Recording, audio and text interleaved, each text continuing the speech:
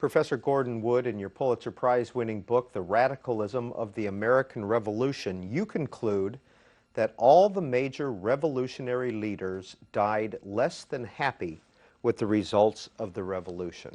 Why did you conclude that? Well, those who lived on into the 19th century found that the society had become more popular, more vulgar, if you will, than they had expected. I think they expected something else. But that's true of all generations in history, I think, so that the new generation always is different for older people. That's why old people always think the world's going to hell in a handbasket, because it is changing. And the changes were monumental that took place between, say, 1776 and 1815 or 1820. And that's what those who lived into that period found, that this was not the world they had anticipated. Well, what did the Founding Fathers anticipate?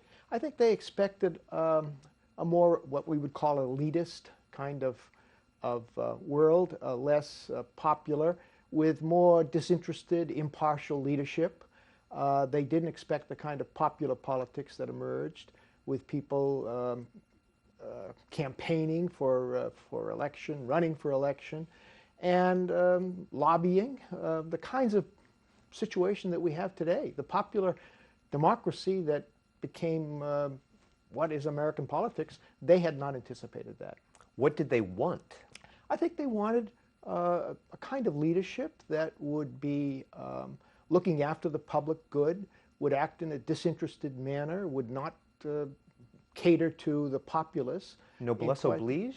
Well, a little bit of that, but they certainly were responsible to the people. They expected they expected to be representative of the people, but they didn't expect to be of the people. They didn't think the leaders should be quite so popular, quite so catering to every special interest in the way that seemed to emerge, I think.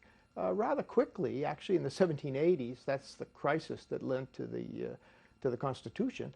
And the Constitution didn't stop the momentum. The country became much more popular than they had, I think they had expected. And in fact, in Radicalism, you write that this democratic society was not the society the revolutionary leaders had wanted or expected. No wonder, then, that those of them who lived on into the early decades of the 19th century expressed anxiety over what they had wrought. They found it difficult to accept the democratic fact that their fate now rested on the opinions and votes of small-souled and largely unreflective ordinary people. Yeah. Well, I think even now, I think we're having a crisis of that sort. We've gone through these periods in the 1950s where academics became very suspicious of the American populace. They thought that McCarthyism was breeding a kind of neo-fascism in America, and there was a good deal of mistrust.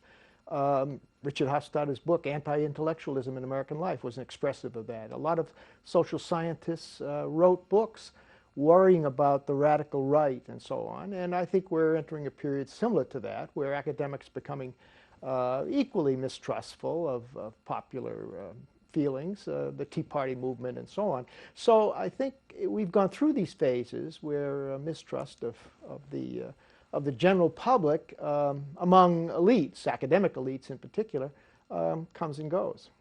Who were the elites in the Founding Fathers? Were they all elites? Were they all educated elites?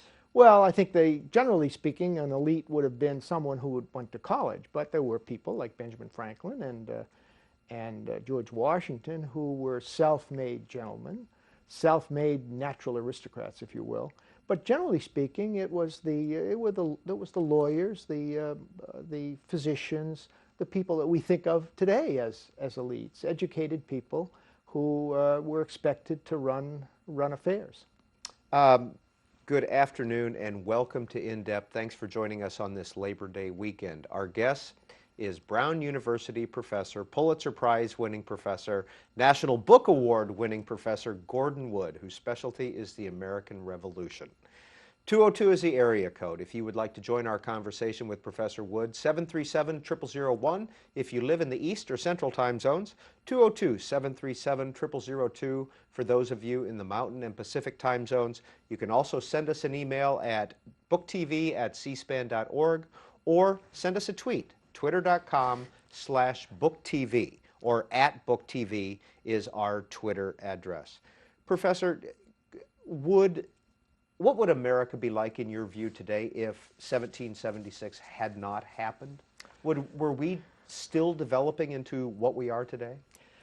I don't think so. I think the revolution changed us in a fundamental way. I think we'd be more like Canada. We would have remained within the empire, and sooner or later we would have developed independence in the way the Canadians have developed independence. But the revolution really did change us and gave us a kind of ideological cast that has affected us as a people. I mean, if you compare the Canadian Trinity, which is peace, order, and good government, which was in their North America Act of 1867, I think it is, that's their trinity, peace, order, and good government. Compare that to the trinity that we respect, life, liberty, and the pursuit of happiness, and you have a glaring contrast between Canadians and America and how we look at the world. They're much more community-minded, cooperative. We're much more individualistic. And we have an ideology that holds us together, the sense that we are the last remaining democracy in the world. We have the last best hope, as Lincoln said. We have this responsibility to bring liberty and democracy to the rest of the world. Those are kinds of things that came out of our revolution that the Canadians don't share. And as a consequence, I think we're very different people. So who was the prime mover behind of the people, for the people, by the people? Well, that was Lincoln's phrase, but it came to, I think he was talking about what America had become by the middle of the 19th century. We were the last and the only democracy. By 1861, the efforts at republicanism, which is what the 19th century meant by democracy, had all failed. And monarchy was back in dominance all over Europe by the middle of the 1860s. So that's the kind of background that Lincoln that's the context for Lincoln's statement. And we the people? We the people is the phrase that begins the Constitution, and a very, very shrewd phrase, I think coined by Gouverneur Morris. Instead of we the states and listing the states, we the people gave it a kind of popular appeal that it otherwise couldn't have had. From your book, The Americanization of Benjamin Franklin, I want to talk about that title in just a sec, but this is what you write, that Franklin was one of the greatest of the founders. Indeed, his crucial diplomacy in the Revolution makes him second only to Washington in importance. But that importance is not what we most remember about Franklin. It is instead the symbolic Franklin of the bumptious capitalism of the early republic, the man who personifies the American dream, who stays with us. Right. Franklin's image that we're familiar with comes in the early decades of the 19th century after his death. His autobiography was not published in his lifetime, and as a consequence, he didn't realize the kind of hero he would become. He did not see himself as the spokesman for business interests, as a spokesman for capitalism. That comes from the rise of businessmen in the North, in particular, in the 1810s and 20s, when these men were looking for some kind of hero they could look back to, the founders. And of course, Jefferson or Madison or Washington could not play that role. They're slave-holding aristocrats. So who could they look to but Franklin, who had been the rising American and had celebrated hard work, making money, and this is what created him, which is why the imaginative writers throughout the 19th century did not like Franklin. Poe or Thoreau or Emerson or Melville, including Twain, did not like Franklin because he spoke for money-making. The Americanization of Benjamin Franklin? Well, that comes from the fact that Franklin, I think, was the last of the founders who gave up on the empire.